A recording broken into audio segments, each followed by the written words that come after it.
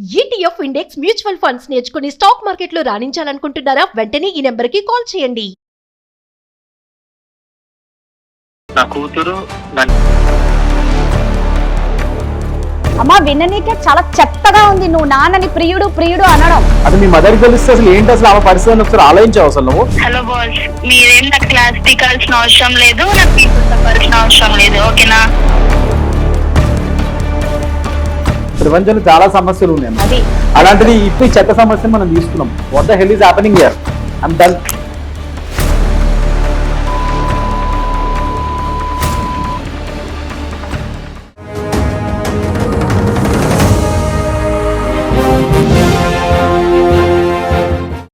నమస్తే, నిప్పులాంటి నిజం కార్యక్రమానికి స్వాగతం.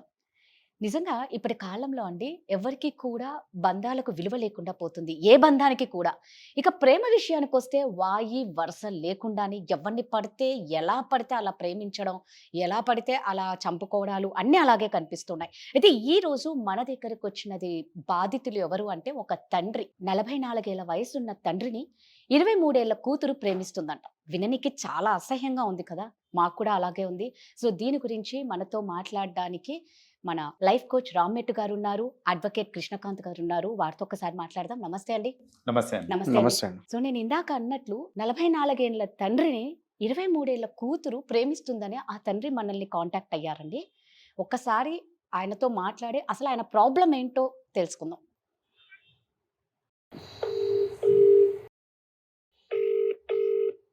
హలో హలో, రమేష్ గారా అండి? అవునండి. నమస్తే అండి, నేను సుమన్ టీవీ నిప్పులాంటి నిజం కార్యక్రమం నుంచి కాల్ చేస్తున్నా అండి. మేడం మేడం నమస్కారం మేడం. నమస్కారం. అంటే మీరు అన్నారు కదా, ఒకసారి మీ కూతురు మిమ్మల్ని ప్రపోజ్ చేస్తుంది, మీ కూతురు మిమ్మల్ని ప్రేమించమంటుంది అని అంటున్నారు కదా.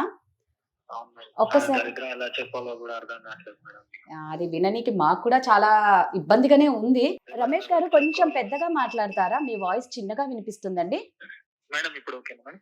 ఓకే అండి. ఇక్కడ ఒక్కసారి అడ్వకేట్ కృష్ణకాంత్ గారు ఉన్నారు, లైఫ్ కోచ్ రామ్మెట్టు గారు ఉన్నారు. ఒక్కసారి మీ ప్రాబ్లం ఏంటో చెప్తారా అండి? Okay madam. సార్ ఇది ఎలా చెప్పుకోవాలో కూడా అర్థం కావట్లేదు సార్. ఏ తండ్రికి కూడా ఇలాంటి ఒక రోజు వస్తుందని అనుకోలేము. నా పేరు రమేష్ సార్. నా కూతురు నన్ను ఇష్టపడుతుంది అని చెప్పి చెప్తున్నారు సార్. రమేష్ గారు, ఆవిడ మీ సొంత కూతురేనా లేకపోతే? అంటే నాకు ఆల్రెడీ ఫస్ట్ మ్యారేజ్ అయింది సార్. నా వైఫ్ నన్ను వదిలేసి వెళ్ళిపోయింది సార్. ఓకే. నా ఆఫీస్ లో వర్క్ ఒక ఆవిడ నేను ఇష్టపడ్డాను సార్. తర్వాత ఆవిడని పెళ్లి చేసుకున్నాను. అప్పటికి నా కూతురికి తనకి ఆల్రెడీ డాటర్ ఉందన్నమాట. తనకి 17 years అప్పుడు. Okay okay. మాకు పెళ్ళి ఆల్మోస్ట్ 4 years అయింది సార్. సో ఇప్పుడు తనకి అప్పటి నుంచి తనని ఏం చేశారంటే హాస్టల్లో పెంచారు. నేను ఒక కూతురు లాగానే తనని చూసుకున్నాను. హాస్టల్లో పెరిగింది, గారాబంగా పెంచారు, అలానే చూసుకున్నాను. కానీ తను ఇలా మాట్లాడుతుంది అని ఏ తండ్రి అనుకోరు సార్. నాకు ఫోన్ చేసి నువ్వు నాతో ఇలా ఉండు అలా ఉండు అన్నట్టు మాట్లాడుతుంటే అక్కడ అసలు నేనేమో ఒక తండ్రి స్థానంలో ఉండి నేను అసలు తనకి ఎలా అర్థమయ్యేలా చెప్పాలనేది కూడా అర్థం కావట్లేదు. తను ఎలా అంటే నాతోటి ఒక బాయ్ ఫ్రెండ్ లాగా మాట్లాడు నువ్వు అన్నట్టు మాట్లాడుతుంది సార్. అంటే ఎప్పటి నుంచి మీతో ఇలా మాట్లాడుతుంది? తను యాక్చువల్లీ హాస్టల్లో పెరిగింది మేడం. నేను చిన్నప్పుడు మా మ్యారేజ్ అయినప్పుడు కూడా తను రాలేదు. అప్పుడు కూడా హాస్టల్లోనే ఉంది, హాస్టల్లో చదువుకుంటుంది. అంటే నా భార్యకి ఆల్రెడీ ఇంతకు ముందు మ్యారేజ్ అయింది. తను చనిపోయాడు వాళ్ళ హస్బెండ్. సో ఆ అమ్మాయికి నాకు మా ఒకటే ఆఫీస్ లో వర్క్ చేయడం మూలంగా ఇద్దరం ఒక అండర్స్టాండింగ్ లో ఉండి ఇంకా చేసుకున్నాం మ్యారేజ్. తనకి ఎవరు తోడు లేరు అన్నట్టు. తనకు ఆల్రెడీ అప్పుడు ఒక కూతురు ఉంది. సో ఆ కూతురు హాస్టల్లో ఉండి చదువుకోవడము అలా చేసేది. లాస్ట్ ఒక 6 months నుంచి ఇలా మాట్లాడుతూ వస్తుంది మేడం. ఒక్క కూతురేనా? ఒక కూతురే మేడం. తనకి మరి మీరు ఎప్పుడు మీ తనకు- వైఫ్ కి చెప్పలేదా? ఎలా చెప్పుకోగలుగుతాను మేడం ఇది? ఇప్పుడు నేను నా భార్యని ఇష్టపడి చేసుకున్నాను. ఒక అండర్స్టాండింగ్ లో ఒక ఆఫీస్ లో వర్క్ చేస్తున్న ఎంప్లాయీ. కానీ ఒక కూతురే ఇలా నన్ను ఇది చేస్తుందంటే ఏ తల్లి తట్టుకోగలుగుతుంది మేడం? సరే, ఇప్పుడు ఎన్ని ఇయర్స్ నుంచి మిమ్మల్ని లవ్ చేస్తుందండి మీ కూతురు? అసలు అడగనికే లాస్ట్ ఒక 6 months నుంచి మేడం. ఇది నాకు కాల్ చేసి నాతో ఇలా ఉండు అలా ఉండు అంటే వీళ్ళు పెరిగే వాతావరణం మూలంగా ఇలా అవుతుందా, లేదా హాస్టల్ ఎన్విరాన్మెంట్ వల్ల అవుతుందా, లేకపోతే ఇప్పుడు నేను ఎంత చెప్పినా గానీ ఒక తండ్రి స్థానంలో ఉండి అలా కాదమ్మా ఇలా చూడాలి ఇలా ఉండాలి అని చెప్పినా కూడా తను ఏంటంటే లేదు నువ్వేమీ నా సొంత నాన్నవు కాదు కదా అన్న మాట్లాడుతుంటే ఓ తండ్రి స్థానంలో ఉండి తట్టుకోలేకపోతున్నాను. రమేష్ గారు, ఒకటి సార్. నేను అంటే ఒక లాయర్ దగ్గర డాక్టర్ దగ్గర ఏది దాచకూడదు అని అంటారు. సో నేను ఒక క్వశ్చన్ మిమ్మల్ని చాలా స్ట్రైట్ ఫార్వర్డ్గా అడుగుతున్నాను. అంటే మీరు ఇప్పుడు చెప్పడం బట్టి నాకు అర్థమైంది ఏంటంటే ఆవిడ ఆ పిల్ల మీ సొంత కూతురు కాదు, ఓన్ బయాలజికల్ డాటర్ కాదు ఒకటి. కాదు. సో సవతి కూతురు. So okay. అండ్ పెళ్ళప్పుడు కూడా ఆ అమ్మాయి లేదు, హాస్టల్లోనే ఉండి లేదు. పెరిగింది కాబట్టి సో ఫస్ట్ నుంచి మిమ్మల్ని ఒక తండ్రి స్థానంలో కానీ లేకపోతే అందులో ఒక టీనేజ్ వయసులో ఉన్నప్పుడు మీరు వాళ్ళ మదర్ని పెళ్లి చేసుకున్నారు కాబట్టి, ఈ పిల్ల టీనేజ్ వయసులో ఉన్నప్పుడు సో మిమ్మల్ని తండ్రిగా ఇంకా పూర్తిగా ఆమె యాక్సెప్ట్ చేయలేదన్న విషయం కూడా మనకి ఇక్కడ అర్థమవుతుంది. సో దానివల్ల కూడా సొంత ఫాదర్ కాదు కాబట్టి, సరే ఈ చిన్న వయసు ఆ అమ్మాయికి ఇంకా మెచ్యూరిటీ రాలేదు, చిన్నపిల్ల కాబట్టి అలా ఇలాంటి ఫీలింగ్స్ ఏదో డెవలప్ అయి ఉండొచ్చు, దట్ ఈస్ ఓకే. కానీ నేను మిమ్మల్ని అడిగే క్వశ్చన్ ఏంటంటే స్ట్రైట్ ఫార్వర్డ్గా నాకు నిజంగా చెప్పండి, మీరు గనక అలా ఆ అమ్మాయికి ఫీలింగ్స్ వచ్చే విధంగా మీరు ఎప్పుడైనా వేరే విధంగా బిహేవ్ చేశారు ఆ అమ్మాయితో? అది మా దగ్గర ఫ్రాంక్ గా చెప్పండి. నేను తనని కలిసింది కూడా లేదు. తను హాస్టల్లో పెరిగింది, ఎప్పుడో ఒకసారి వచ్చింది కానీ ఎప్పుడు కలిసింది లేదు. నేను ఒక కూతురు స్థానంలోనే, అంటే ఒక కూతురు ఎలా అని అలానే చూశాను కానీ వేరే విధంగా నా ఆలోచన లేదు, వేరే విధంగా నా అలాంటి ఉద్దేశం కూడా లేదు సార్. ఎందుకంటే రమేష్ గారు, నేను ఈ క్వశ్చన్ ఎందుకు అడుగుతున్నానంటే, ఒకవేళ మీరు చెప్పేది నిజము, ఖచ్చితంగా మీ సైడ్ నుంచి ఎటువంటి తప్పు లేదు, ఆ అమ్మాయే మిస్అండర్స్టాండ్ చేసుకొని వేరే ఫీలింగ్స్ డెవలప్ చేసుకుందంటే that is okay. But still మీరు మీ భార్యకి ఈ విషయం చెప్పకపోవడం ఎప్పటికైనా డేంజరే. ఎందుకంటే రేపటి రోజు మీరు ఆ పిల్లకి ఆమె ఫీలింగ్స్ని మీరు రెసిప్రోకేట్ చేయట్లే కాబట్టి రేపటి రోజు ఆమె మీ మీద తప్పుడు అలిగేషన్స్ కూడా వేసే ఛాన్సెస్ ఉన్నాయి. అండ్ ముఖ్యంగా ఇవాళ రోజు ఇప్పుడున్న బిఎన్ఎస్ సెక్షన్స్ ప్రకారం, భారతీయ న్యాయ సంహిత సెక్షన్స్ ప్రకారం రేప్ ఎలిగేషన్స్ కానీ లేకపోతే సొంత కూతుర్లు కానీ లేకపోతే సవతి కూతుర్లని ఇట్లాంటి ఎక్స్ప్లాయిట్ చేసే విధంగా ఏమైనా ఎలిగేషన్స్ పడితే మాత్రం చాలా సివియర్ పనిష్మెంట్స్ ఉంటాయి దానికి మీకు. సో మీరు తప్పు చేయకపోయినా, ఇప్పుడు మీరు చెప్పే మాటలు బట్టి మీరు నిజంగా తప్పు చేయలేదని అంటున్నారు. So I will go with your word right now. So మీరు ఏం తప్పు చేయకపోయినా రేపటి రోజు మీరు ఇది దాచిపెడితే ఆ అమ్మాయి రేపటి రోజు ఏమైనా ఫాల్స్ ఎలిగేషన్స్ చేస్తే మీరే ఇరుకాట్లో పడతారు చాలా. So whatever it is, మీ భార్యతో క్లియర్గా కూర్చొని మాట్లాడండి. అండ్ ముఖ్యంగా అది ఎలా మాట్లాడాలి ఏంటంటే, నాకంటే ఎక్కువ ఇక్కడ లైఫ్ కోచ్ సార్ ఉన్నారు, ఆయనతో ఒకసారి మాట్లాడండి. Sir can guide you more better ఈ విషయంలో మాత్రం. కానీ లీగల్ పరంగా మాత్రం it will be a problem. మీరు తొందరగా ఈ విషయాన్ని సాల్వ్ చేసుకుంటే మంచిది అన్నది నా ఉద్దేశం. ఒకసారి సార్తో కూడా మీరు మాట్లాడండి. రమేష్ గారు, నాకు ఇంకో క్వశ్చన్ ఉందండి. మీరు పెళ్ళైనాక అసలు ఎన్నిసార్లు కలిసారండి ఈ అమ్మాయిని, మీ కూతుర్ని? పెళ్ళైనాక 1-2 సార్లు సార్. మీరు మేజర్ గా కలవలేదు సార్ అసలు. రైట్, మీరు కలిసిన ఈ 1-2 సార్లు తన బిహేవియర్ లో ఏమైనా అబ్నార్మాలిటీ ఏమైనా మీరు చూసారా? అంటే మీతో కొంచెం క్లోజ్ గా ఉండడము? అదే సార్, నేను ఒక తండ్రి స్థానంలో ఉండి ఎలా చూసుకోవాలో అలా నేను చూసుకుంటున్నాను. కానీ తను మాత్రము నా దగ్గర తండ్రి అని పిలవదు, నన్ను పేరు పెట్టి పిలుస్తుంది సార్. ఓకే. నేనేంటి అంటే, ఇప్పుడు హాస్టల్లో పెరుగుతుంది కదా కూతురు, అంటే నాకు పిల్లలు లేరు సార్. నా ఫస్ట్ భార్య నన్ను వదిలేసి వెళ్తుంది, నాకు పిల్లలు లేరు. సో ఇది హాస్టల్లో పెరుగుతుంది కదా, సో వచ్చింది ఒక్కసారైనా సరే గారాభంగా చూసుకున్నాను సార్. ఒక తండ్రి స్థానంలో ఉండి చూసుకున్నాను కానీ తను నాతోటి ఏంటి రమేష్ అన్నట్టు అలానే మాట్లాడేది నాతో. మీకు ఆమె కూతురు అనే ఫీలింగ్ ఉంది కాబట్టి మీరు తండ్రి లాగానే ఆలోచించి దగ్గర తీసుకొని ఉండొచ్చు. కానీ ఇప్పుడు ఆ అమ్మాయి ఫీలింగ్ లేదు చూడండి. లేదు సార్, తను ఎట్లా అంటే, అదేంది అలా మాట్లాడుతావు, ఇదేంది నువ్వు నాతో ఇలా మాట్లాడు, ఇలా ఎందుకు మాట్లాడట్లేదు, నువ్వు నా సొంత నాన్నవేం కాదు కదా అంటే. ఇప్పుడు ఇవన్నీ నా భార్యకు నేను చెప్పుకోలేను కదా సార్. తను బాధపడుతుంది. ఇప్పుడు ఈ ఒక కూతురు అనే వ్యక్తి, ఇప్పుడు తనకి కూడా తన కూతురు అంటే చాలా ఇష్టం. అరే నీ కూతురు ఇలా చేసిందంటే ఇప్పుడు తనేమనుకుంటది, నువ్వేదో చేసావన్న ఇదిలో తనే వెళ్తది. కానీ ఒక కూతురికి మనం నచ్చ చెప్పుకుని తనని మార్చాలని నేను అనుకున్నా. కానీ నేను తనకి ఎంత చెప్పినా గానీ, లేదు నువ్వు నాకు తోటి ఇలానే ఉండు, నాతో ఇలా ఉంటే నేను సంతోషంగా ఉంటాను అన్న విధంగా మాట్లాడుతుంటే, ఏ తండ్రి కన్నా సరే ఎలా చెప్పినా వినని పక్షాన్ని ఏం చేస్తాం సార్. ఇప్పుడు నేను చెప్పాల్సినంత వరకు నేను చెప్పగలిగాను సార్, ఇంకా నా వల్ల కాలేదు. అందుకే నేను సుమన్ టీవీ ద్వారానే తనతో చెప్దాము అంటే, ఒకసారి ఇక్కడ గైడెన్స్ తీసుకుందాము సార్ మేడం ద్వారా అని చెప్పి నేను కన్సల్ట్ అయ్యాను సార్. ఇది రమేష్ గారు ఖచ్చితంగా హెల్ప్ చేస్తామండి. కానీ ఒక్క విషయము, మీరు ఫస్ట్ ఆఫ్ ఆల్ తను చెప్తే తను బాధపడుతుందేమో మీ వైఫ్ కి అనేసి మీరు ఆగకండి. మన అడ్వకేట్ గారు చెప్పినట్టు ఫస్ట్ మీరు చెప్పండి. ఎందుకంటే తను బాధపడుతుందేమో అని మీరు చెప్పకుండా ఉన్నారంటే రేపు పొద్దున మీరే ఎరుగుతారు ఈ కేసులో. సో ఫస్ట్ అది చెప్పండి. బట్ దీనికి ఖచ్చితంగా మనం సొల్యూషన్ అయితే తీసుకొని వద్దామండి. మరి రమేష్ గారు, ఒకసారి మీ అమ్మాయికి కాల్ కలుపుతారా? మేడం ఇప్పుడే కలుపుతాను. आप जिस व्यक्ति से बात कर रहे हैं उसने आपकी कॉल को होल्ड पर रखा है। कृपया लाइन पर बने रहें। పిలవలేదు The నాన్న person you are పిలవలేదు speaking with and has more put important your ఈయన call on వాళ్ళ hold. వైఫ్ బాధపడుతుంది అని ఈయన భయపడి చెప్పట్లేదు. హలో, హలో రమేష్ చెప్పు. నాన్న అని పిలవడానికి కూడా నీకు ఎందుకు? నాన్న అని పిలవమన్నాను కదా నీకు, రమేష్ అని పిలుస్తావు ఎన్నిసార్లు చెప్పినా. ఇప్పుడేంటి నేను చెప్పిన కాన్సెప్ట్ నచ్చి కాల్ చేసావా? నీకు నేను ఎన్నిసార్లు చెప్పినా, ఎంతలా నచ్చ చెప్పినా నీ మైండ్ లో ఈ ఆలోచన మారదు. నీకు చెప్పి చెప్పి చెప్పి చెప్పి నాకు అవ్వట్లేదు. కొంచెం ఈ జనరేషన్ కి తగ్గట్టు ఆలోచించు. నువ్వేమన్నా నా సొంత తండ్రివా? కాదు కదా. జనరేషన్ అని మాట్లాడుతూ ఈ జనరేషన్ లో పుట్టిన వాళ్ళకైనా కొమ్ములు వస్తాయా? చెప్పేది ఒక తండ్రి చెప్తున్నాడు అంటే ఎందుకు చెప్తున్నాడు అనేది వినాలి నువ్వు. ఆ మాత్రం కూడా వినకుండా నువ్వు ఇలా మాట్లాడుతుంటే ఎలా చెప్తావు? నీకు 40 సంవత్సరాల ఏళ్ళు పెట్టుకొని 60 సంవత్సరాల ఏళ్ళలాగా మాట్లాడుతున్నావు. కొంచెం అప్డేట్ అవ్వచ్చు కదా ఇప్పటికైనా. ఇది ఇంత కామన్ ఇప్పుడు. కామన్ ఏంటి కామన్ అని మాట్లాడుతున్నావు? అసలు సెన్స్ ఉండాలి. నువ్వు ఏ ఏజ్ లో ఉన్నావు, ఎలా ఉండాలి ఏంటి అనేది ఒక పెద్దవాళ్ళు చెప్తున్నప్పుడు, ఒక తండ్రి చెప్తున్నప్పుడు వినాలి. ఇంకెవరు చెప్తే ఏంటో. అందుకే నేను ఇప్పుడు సుమన్ టీవీలో మేడం అండ్ సార్ ఉన్నారు. నేను చెప్తే నీకు ఎలాగో నీ మైండ్ మారదు. ఏంటి ఏంటి ఏంటి? సుమన్ టీవీలో మేడం వాళ్ళు ఉన్నారు, ఒకసారి మాట్లాడతారు. ఓకే అంటే ఓకే అను. నువ్వు వాళ్ళకి ఎందుకు కాల్ చేసావు అసలు? నీకు ఇదే అనేది, నీకు వాళ్ళకెందుకు కాల్ చేసావు అంటే నీకు చెప్పి చెప్పి చెప్పి ఎంత 6 నెలల నుంచి నీకు అంటే ఎలా అంటే చంటి పాపలాగా చెప్తుంటే నువ్వు నీ మైండ్ అనేది నీకు ఓకే అంటే ఓకే అని చెప్పు, లేదంటే లేదని చెప్పు. నువ్వు ఎవరెవరికి కాల్ చేయడం ఎందుకు? కూతురు జీవితం నాశనం అవ్వద్దనే కదా ఇదంతా చేసేది. ఒక కూతురు జీవితం ఇప్పుడు ఇలా మారుతుంది అంటే ఏ తండ్రి తట్టుకోగలుగుతాడు? హలో స్నేహ, అమ్మా నమస్తే, వినిపిస్తుందా అమ్మా నా గొంతు? వినిపిస్తుంది. స్నేహ, ఒకటమ్మా, అంటే ఇక్కడ మీతో మాట్లాడడానికి లైఫ్ కోచ్ అండ్ అడ్వకేట్ ఉన్నారు.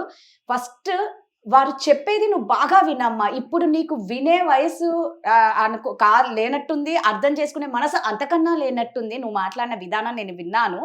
ఒక్కసారి వీరు మాట్లాడతారు, నువ్వు ఒకసారి మాట్లాడమ్మా. అమ్మ స్నేహ, నా పేరు కృష్ణకాంత్ అమ్మ, అడ్వకేట్ని నేను.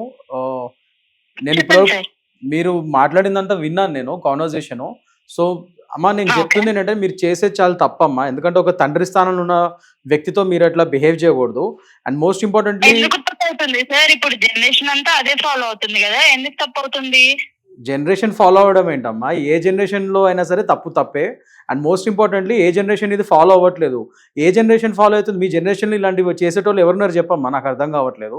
ఎవరు లేరు. మీడియాలోనే ఉన్నారు కదా సార్, మీరు చూస్తూనే ఉంటారు కదా రోజు ఇలాంటివి జరుగుతున్నవి. మళ్ళీ మీరే నన్నే క్వశ్చన్ చేస్తున్నారు. అమ్మ నువ్వు ఫస్ట్ ఆఫ్ ఆల్ నీ యాటిట్యూడ్ తగ్గించుకో. నువ్వు చేస్తుంది అక్కడ తప్పు చేస్తున్నప్పుడు పెద్దవాళ్ళు చెప్తున్నప్పుడు ఒకసారి వింటం నేర్చుకో. అండ్ మోస్ట్ ఇంపార్టెంట్లీ అసలు ఎందుకు చెప్తున్నారు ఏంటనేది ఆలోచించు. ఎందుకంటే నీ మంచి కోసమే చెప్తున్నాం. తండ్రి స్థానంలో ఉన్న వ్యక్తి అతను వేరే ఏదో వ్యక్తి కూడా కాదు, బయట వ్యక్తి కూడా కాదు. నువ్వు బయట వ్యక్తిని నీకంటే ఏజ్ లో పెద్దవాడిని ఎవరినో లవ్ చేస్తున్నావు అంటే దట్స్ ఎ డిఫరెంట్ స్టోరీ. నీకు తండ్రి వరుస అయినా డైరెక్ట్ గా తండ్రి అవుతాడు ఆయన. నీకు సవతి తండ్రి అయినా కూడా తండ్రే కదా. సో నువ్వు కొద్దిగా ఆలోచించావు. అమ్మా స్నేహ, ఒక తండ్రిని ప్రియుడిలాగా ఫీల్ అయ్యి ఆయనతో అని మాట్లాడుతున్నావు చూడు, విననికి ఎంత చెత్తగా ఉంది తెలుసా?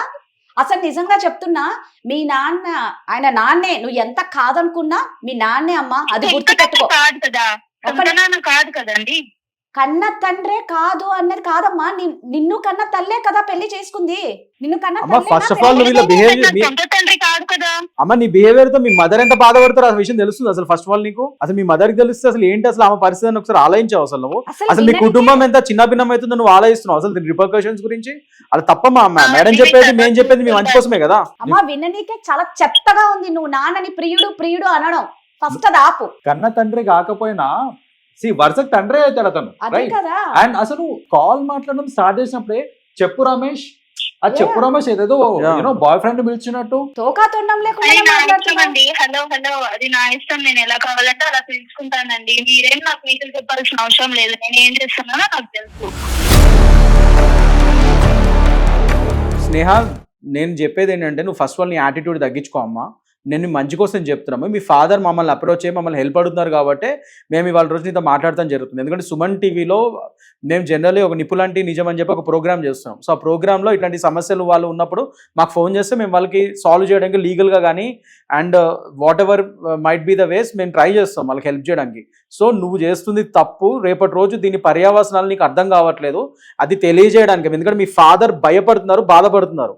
సో ఆయన గురించి మేము బాధపడి సరే పాపం ఒక హెల్ప్ చేద్దామని చెప్పి మేము ఇవాళ రోజు నీతో మాట్లాడడం జరుగుతుంది. సో ఫస్ట్ వన్ నీ కొద్దిగా యాటిట్యూడ్ ని అండ్ టోన్ ని తగ్గించుకో అమ్మా పెద్దవాళ్ళతో మాట్లాడుతున్నప్పుడు. హలో బాస్, మీరేం నాకు క్లాస్ పీకాల్సిన అవసరం లేదు, నాకు మీతో చెప్పాల్సిన అవసరం లేదు, ఓకేనా? ఫస్ట్ ఆఫ్ ఆల్ నాకు కూడా అర్థం కావట్లేదు, మనం చాలా ప్రపంచంలో చాలా సమస్యలు ఉన్నాయి మనకి. అలాంటిది ఈ సరే ఆయన అడిగాడు కదా అని చెప్పి చెత్త సమస్యను మనం తీసుకున్నాం. పైనుంచి ఆమె ఇట్లా మాట్లాడతాం, అసలు ఏమైతుంది ఇది ఏంటి, ఇంతకంటే మంచి సమస్యలు దొరకలేదా? ఆ అమ్మాయి ఏమో అసలు ఇంత కూడా కామన్ సెన్స్ లేకుండా పెద్దవాళ్ళని రెస్పెక్ట్ లేకుండా ఇలా మాట్లాడుతుంది. What the hell is happening here? I'm done.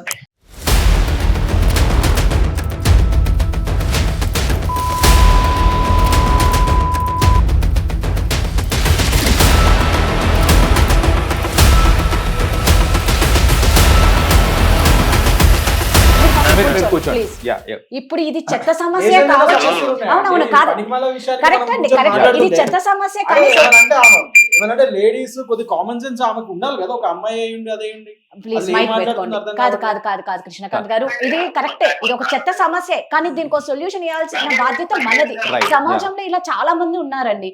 ఇప్పుడు ఆ ఫాదర్ ఆ మదర్ ఇబ్బంది పడుతున్నారు, ఇలాంటి అమ్మాయిలు ఎంత మంది ఉన్నారు. కరెక్టే అండి, but the way she speaking అది చాలా తప్పు కదా. అది తప్పు చేస్తున్న ఆమెకి మనం మంచి చెప్తుంటే పెద్దవాళ్ళం ఏంటి, she has to understand that. Minimum common sense లేదు.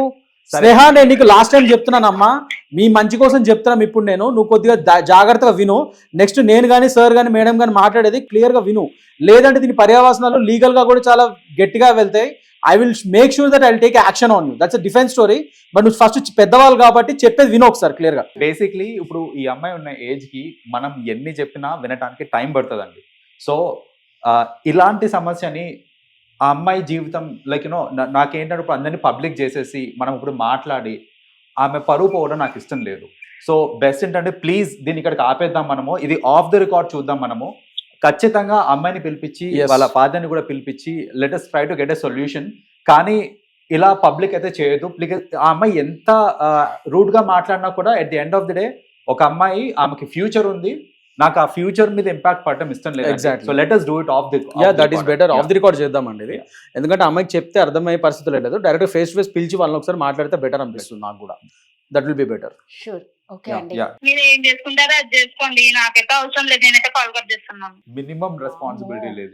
అసలు ఏంటి ఇలా ఎంత మంది ఇదే అమ్మాయిలు. సార్ నేను అదే చెప్తున్నా, యాటిట్యూడ్ పరంగానే చాలా ప్రాబ్లమాటిక్ గా ఉంది. ఆ అమ్మాయికి she needs some behavioural therapy also sir. ఏంటి రమేష్ గారు మీరు ఏదో చెప్తున్నారు?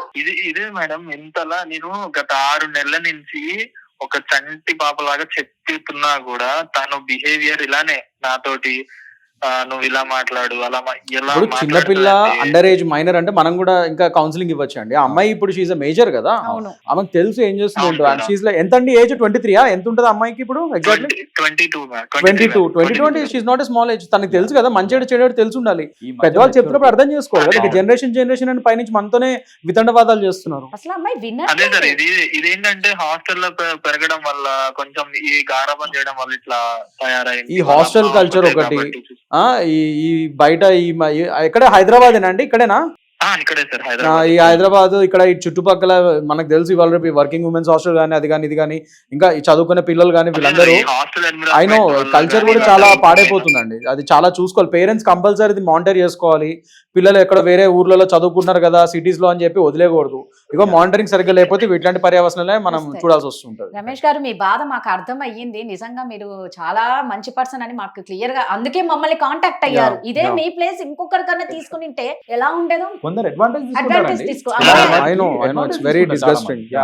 ఇప్పుడు తన మైండ్ మార్చాలనే మేడం. ఏంటంటే తన లైఫ్ మేడం, ఇప్పుడు మనం ఇవాళ ఉంటాం రేపు పోతాం మేడం, కానీ ఫ్యూచర్ లో తన కాళ్ళ మీద తను ఉండాలి. కొంచెం ఒక ఏజ్ అండర్స్టాండింగ్ రావాలి, ఎవరితో ఎలా ఉండాలి, ఎలా మాట్లాడాలి అనేది తన గురించి ఆలోచించే మేడం. మీ బాధ అర్థమైంది.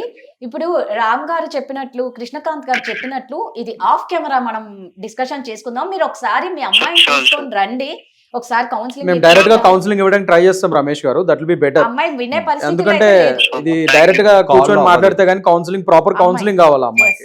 Yeah. ఓకేనా అండి? Sure, ఒకసారి sure. మీరు Okay, sure. Thank you, మమ్మల్ని thank you. పర్సనల్ గా కలవండి, మీ అమ్మాయిని తీసుకొని రండి, మనం ఒక Sure. సొల్యూషన్ ఇద్దాం. ఓకేనా? ఓకే, థ్యాంక్ యూ రమేష్ గారు. Thank you. Thank you thank you. ఇది క్లాసిక్ ఎగ్జాంపుల్ అండి. ఏంటంటే అసలు పేరెంట్స్ అప్బ్రింగింగ్ ఎంత ఇంపార్టెంట్ అనేది ఇక్కడ క్లియర్లీ తెలుస్తుంది. ఈ అమ్మాయి చిన్నప్పటి నుంచి హాస్టల్లోనే పెరిగింది చూడండి. అంటే ప్రీవియస్ ఫాదర్ ఉన్నప్పటికీ కూడా చిన్నప్పటి నుంచే హాస్టల్లో పెరిగి హాస్టల్ ఎన్వైరన్మెంట్ లో ఉండి తల్లిదండ్రులు సరిగ్గా చూసుకోక యూనో వాళ్ళ అప్బ్రింగింగ్ అనేది డైరెక్ట్ గా ఇంపాక్ట్ పడలేదు చూడండి. పడకపోయేసరికి అసలు మైండ్ సెట్స్ ఎలా మారిపోయినాయి అంటే అసలు వరుసలు తెలియక సో అండ్ ముఖ్యంగా ఒకటి ఇదివరకు అంటే మనం కూడా పెరిగాము, నేను కూడా ఒక విధంగా చెప్పాలంటే చిన్నప్పుడు హాస్టల్లో చదివాను, కానీ అది వేరే, అక్కడ స్ట్రిక్ట్ గా ఉంటుంది, అది వేరే ఉంటుంది. ఇప్పుడున్న హాస్టల్స్ అంటే బయట ఈ వర్కింగ్ ఉమెన్స్ హాస్టల్స్ కానీ లేదా ఇతరత్ర హాస్టల్స్ కానీ ఈ స్ట్రిక్ట్నెస్ అయితే ఉండదు కదా, వాళ్ళు మేజర్లు అయిన తర్వాత.